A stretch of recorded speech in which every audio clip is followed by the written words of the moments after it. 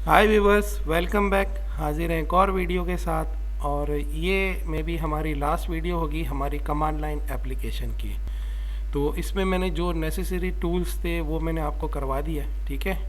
अच्छा हाँ, एक चीज़ जो मैं लास्ट वीडियो में जो इंटरफेस मैंने करवाए थे तो वो मैं भूल गया था, तो वो मैं अभी खैर कोई ऐसी ख़ास बात नहीं है उसके अंदर। इंटरफेसिस के अंदर अगर हम वेरिएबल डिक्लेयर करते हैं ना, तो उनकी जो टाइप है वो बाय डिफ़ॉल्ट वो स्टैटिक और फाइनल होते हैं, ठीक है। तो स्टैटिक क्यों? क्योंकि उसको हम कहीं से भी एग्जीक्यूट कर सकते हैं। फाइनल का मतलब यह कि उनकी वैल्यू चेंज नहीं हो सकती, ठीक है ना।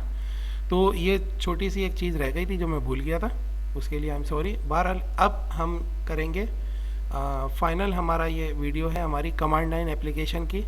तो सबसे पहले तो इसकी कोडिंग देख लेते हैं। इसमें हम रिकवर करेंगे डाटा टाइप को, और एक चीज़ जो मेथड के हवाले से रह गई थी उसको हम कंप्लीट करेंगे। मैंने आपको कहा था जो हम वाइड लगाते हैं हर मेथड के साथ, तो ये असल में रिटर्निंग टाइप है। इसको हम लिख देते हैं अवॉइड, यानी ठीक है, हम सिर्फ वाइड लिखते हैं तो बेसिकली ये होता है कि अवॉइड करते हैं। तो फिलहाल हम सबसे पहले तो डाटा टाइप्स देखते हैं। डाटा टाइप्स हमारे पास 8 किस्म की हैं, ठीक है। तो इसमें जो है वो सबसे पहले तो ये नंबरिंग के हवाले से, जो न्यूमेरिक डाटा टाइप्स के हवाले से हम देखेंगे। इसमें हमारे पास आती है बाइट आती है, जिसका साइज़ होता है सिंगल बाइट का, ठीक है। उसके बाद आती है हमारे पास शॉर्ट, उसके बाद इंट होती है, फिर लॉन्ग होती है। तो ये 1 है, 2 है, 4 और 8 बाइट, ये इतना डाटा अपने अंदर इतने नंबर्स स्टोर कर सकती है, ठीक है।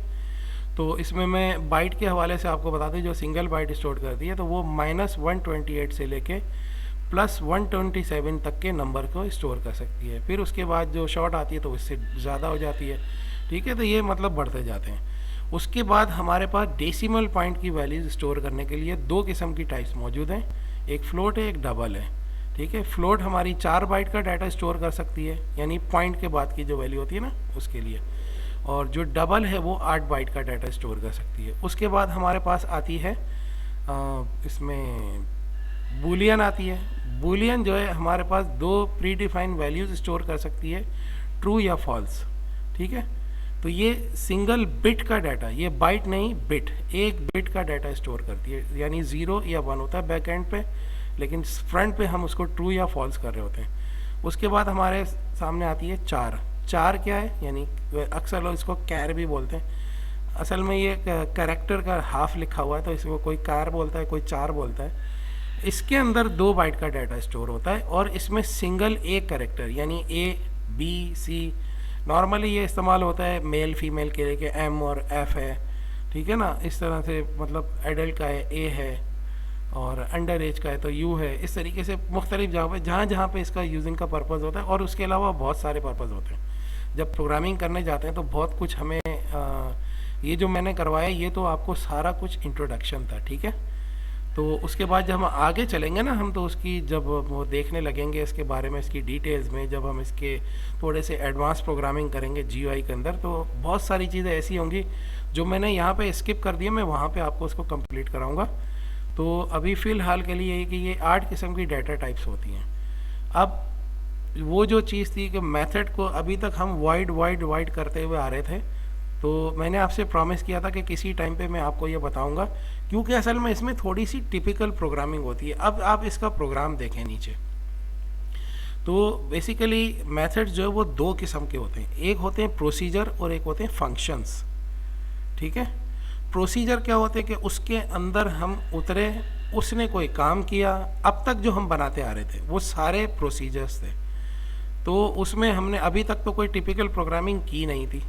तो उसमें क्या होता है कि भाई हम अंदर उतरे और हमने जो है ना अपना प्रोग्राम उसके अंदर जो भी प्रोसीजर हमने किया था प्रोसेस करवाया उसको, और हम फारिग हो गए। उसमें हमें जवाब में उसका कुछ भी नहीं बोला, बस उसने अपना काम किया और वो बाहर आ गया। तो अब दूसरी चीज़ जो होती है उसमें होती है फंक्शन। फंक्शन क्या होते हैं? वो वैल्यू को रिटर्न करते हैं, ठीक है। तो अब यहाँ पे इस क्लास का नाम भी मैंने फंक्शन ही रखा है, सही है। वो क्यों रखा है? क्योंकि अब हम इसके अंदर एक फंक्शन बनाने जा रहे हैं तो मेथड, दोनों ही मेथड कहलाते हैं, प्रोसीजर भी और फंक्शन भी। तो लेकिन फंक्शन क्या होते हैं? ये वैल्यूज़ रिटर्न करते हैं। ये जावा की टर्म नहीं है, मैं ये टर्म किसी और जगह से मैंने इसको बोरो किया है, उधार लिया है। ये टर्म यूज़ होती है ओरेकल के अंदर।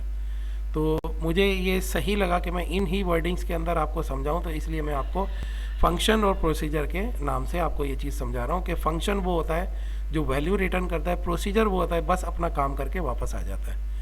तो इसमें हमने जो कोडिंग की हुई है इसके अंदर हमने सबसे पहले तो एक फंक्शन बनाया हमारा सम का, ठीक है, उसमें दो पैरामीटर्स रिसीव किए और उसके अंदर जाके उसको एडिशन करवा के और फिर उसमें एक कीवर्ड लगाया हमने रिटर्न। रिटर्न क्या करता है कि उसका जो रिज़ल्ट आएगा ना वो उसको वापस करेगा उस फंक्शन के बाहर। ये रिटर्न का कीवर्ड है, इसकी वजह से हमने ऊपर जब मेथड हमारा बनाया वहाँ पे void की जगह हमने int कर दिया। int का मतलब ये कि ये जो मेथड बन रहा है ये रिटर्न करेगा एक वैल्यू जिसकी टाइप क्या होगी int। इसका मतलब है कि int के अलावा भी कुछ हो सकता है। तो ये जो डाटा टाइप्स मैंने ऊपर आपको बताई हैं ये सारी के सारी, इसमें से कोई सी भी एक आप किसी भी मेथड के साथ लगा सकते हैं, ठीक है। डेसिमल पॉइंट की वैल्यूज़ आपको चाहिए तो आप उसमें फ्लोट या डबल लगाएंगे। अगर आपको सिर्फ एक कैरेक्टर चाहिए तो कैर या चार जो भी बोलते हैं लोग वो लगा देंगे।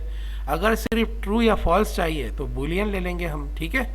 तो यहाँ पे कुछ भी लगाया जा सकता है, लेकिन यहाँ पे शॉर्टेस्ट रखना था मुझे इस चीज़ को, इसलिए मैंने यहाँ पे int लगाया जो कि जिससे आप ऑलरेडी इंट्रोड्यूस हैं नंबरिंग वैल्यूज़ आती है, ठीक है।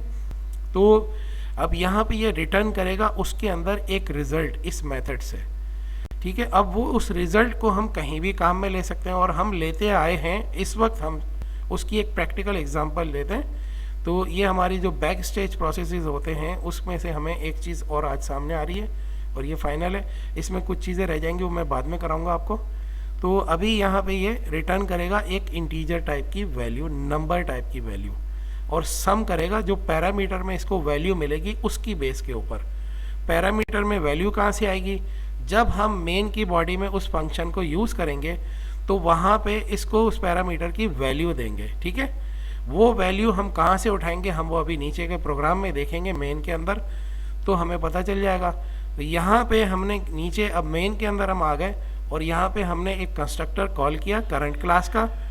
करंट क्लास के कंस्ट्रक्टर से हमने जो ऑब्जेक्ट बनाया था तो हमने पहले क्या किया, एक वेरिएबल डिक्लेयर किया रिजल्ट नाम का, और रिजल्ट नाम के वेरिएबल को यानी int था, इसके अंदर एक नंबर वैल्यू आनी थी और वो नंबर वैल्यू देने के बजाय हमने एक फंक्शन कॉल कर लिया। और मज़े की बात यह कि उस फंक्शन के अंदर जो वैल्यू उठानी है वो हम उठाएंगे हमारे वही पिछला जो तरीका था जब हम प्रोग्राम को एग्जीक्यूट कर रहे थे, तो वहीं से हम ARGS के अंदर जो आर्गुमेंट्स ले रहे थे वो, तो उस वक्त पहले मैंने जब वो इफ़ स्टेटमेंट करवाई थी तो वहाँ पे एक वैल्यू उठाई थी, तो यहाँ पे हम दो वैल्यूज़ उठाएंगे रन टाइम पे, ठीक है। तो वो वैल्यूज़ आई हैं, वो आती हैं स्ट्रिंग में, क्योंकि ARGS किस टाइप का है, मेन के अंदर हमने किया स्ट्रिंग, ठीक है। तो ARGS की जो एरे के हिसाब से हमने देखा था 0 लोकेशन और 1 लोकेशन 2 3, तो यहाँ पे हम उस वक्त तो 0 उठाई थी, अभी हम 1 भी उठा रहे हैं। तो ARGS के अंदर हमने एक वैल्यू उठाई फिर दूसरी उठाई, लेकिन वो स्ट्रिंग टाइप की थी, तो उसको हमने कन्वर्ट किया इंटीजर नाम की क्लास के अंदर। एक फंक्शन पड़ा हुआ था पार्स int का, तो वहाँ पे हमने इसको कन्वर्ट किया, जो स्ट्रिंग टाइप वैल्यूज़ थी उनको उठा के हमने नंबर टाइप वैल्यूज़ में कन्वर्ट कर दिया, ठीक है।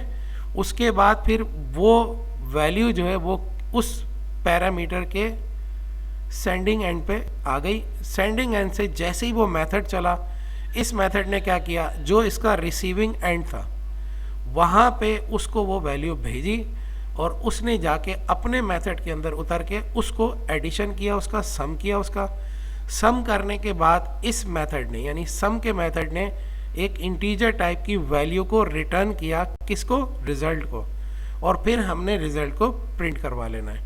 तो इस फाइल को हम सबसे पहले तो कंपाइल करते हैं, सेव करें पहले तो इसको।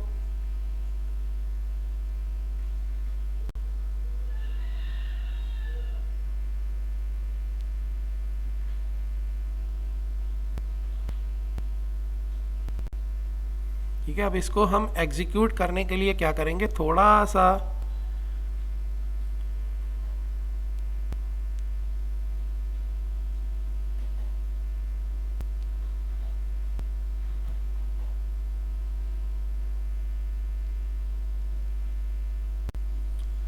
इसका एग्जीक्यूट करने का तरीका भी आपको याद होगा कि मैंने जब फाइल को एग्जीक्यूट करवाया था तो मैंने क्या कहा था कि जब हम लिखेंगे जावा और फाइल नेम तो उसके बाद हम आर्गुमेंट देंगे उसमें, तो वो एक स्पेस दे के देंगे। तो यहाँ पे हम आर्गुमेंट देंगे 2, ठीक है, 2 कोई सी भी नंबर वैल्यूज जो आपका दिल करे। आप यहाँ पे 10 और 20 दे दें एक एक स्पेस के साथ, ठीक है। तो ये हमारा रिजल्ट आ जाएगा, ठीक है। तो ये सारा कुछ हमने उस प्रोग्राम में देख लिया था किस तरीके से ये वैल्यू को उठाएगा और उठाने का। यहाँ पे हम हमारी मर्जी हम जो चाहे वैल्यू दे दें, क्योंकि वहाँ पे कोई कंट्रोल स्टेटमेंट हमने नहीं लगाया हुआ कि हमें कितनी लिमिट की वैल्यू चाहिए। तो हम यहाँ पे कुछ भी दे सकते हैं। अभी 10 और 20 दिया, हम इसमें 100 और 200 या 35, 75 या कुछ भी देना चाहें, जो वैल्यू देना चाहे वो यहाँ पे देंगे और वो हमारे उस प्रोग्राम में वो चल जाएगी, ठीक है। तो इसकी कोडिंग को एक मरतबा फिर से देख लें और उसके बाद फिर हम देख लें, ठीक है। तो ये कोडिंग में ये सारा कुछ था। मैंने आपसे प्रॉमिस किया था और आज मैं मजबूरन मुझे वो प्रॉमिस तोड़ना पड़ा। मैंने कहा था कि मैं कोई भी टिपिकल प्रोग्रामिंग नहीं वो करूँगा, लेकिन क्योंकि लास्ट वीडियो थी और मैंने जो स्किप किए ना बहुत सारी चीज़ें वो इसीलिए की हैं कि उसमें इस तरह की टिपिकल प्रोग्रामिंग होनी है, ठीक है। तो मैं आपको कहीं पे भी कंफ्यूज नहीं करना चाह रहा था। तो यहाँ पे असल में अब हम अपने एक नई दुनिया में कदम रखेंगे जो GUI की दुनिया है। तो वहाँ पे हमें बहुत सारी टिपिकल चीज़ें करनी पड़ेंगी। तो ये समझ लें कि एक टीज़र था आपको जो मैंने दिया, एक ट्रेलर दिखाया मैंने कि हम आगे जाके क्या क्या करने वाले हैं। तो जो मैं आपको बार बार रिपीट करता था कि आप प्रैक्टिस करें, ये कॉन्सेप्ट आपके क्लियर होंगे तो आगे जाके आपको कोई मुश्किल नहीं आएगी, ठीक है। अच्छा, अब इसमें ये जो एक छोटी सी चीज़ मेरी रह गई थी वो मैं दोबारा से आपको थोड़ा सा बता दूं। ये जो मैंने ऊपर डाटा टाइप्स आपको बताई है ना, ये है प्रीमिटिव डाटा टाइप्स। एक होती है नॉन प्रीमिटिव, ठीक है। नॉन प्रीमिटिव अब इसलिए बताने की ज़रूरत है कि क्योंकि प्रीमिटिव आपने देख ली और इसमें से INT और स्ट्रिंग जो है वो तो खैर अभी बताता हूँ मैं क्या है। INT हमने कर लिया था, बाकी दूसरी चीज़ आपको बता दी थी।